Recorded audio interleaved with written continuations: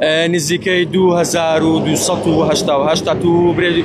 2300 کیلۆمەترەکە. ئەمە شەوان چالاکیەکان ڕاگەی بەتەبیعی ئێستشکا لە ناو مانجی ڕەمەزانی پیرۆزین، دەبێ من لە کاتی فتار بوەستم و دوای فتارکردنەوە و نوێژکردنەوەوانە دەبێت تەماشا جەستەی خۆم کەم ئایا جەستەی من تەخەولی ئەوەی دەکەێت چەند سەعاتچکە لەو مەسەلە لەو شەوەی ئەمن بەردەوامی چالاکیەکەین پێ بدەم یان پێویستە ڕای بگرم لێە پێش ئەوەی گەشتەکە بێ حسابی تەندروست و خۆتت کردبوو؟ بەڵێ من حسابی ئەوانم کردووە وەڵا دەبێت و کە دەکەوێت ناو واقعیەتی کارەکە چالاکیەکە کۆمەڵک بابەتی مەسەلەن لۆرمونە چاوەڕوان نەکراو دێتە سەرڕێگا دەبێت و خۆت ئامادەکردبی لە بۆ تەواوی ئەو شتانەی کە دێتە سەرڕێگات بۆیە بتوانیت چالاکیەکە دۆ سەرکەوتی ئەنجام بۆیە من نزیکەی 2 مانگ بەرەو سەرەوەم دانایە لۆ تەواوی چالاکیەکەم واتە پێویستت بە 2 مانگە بە پێی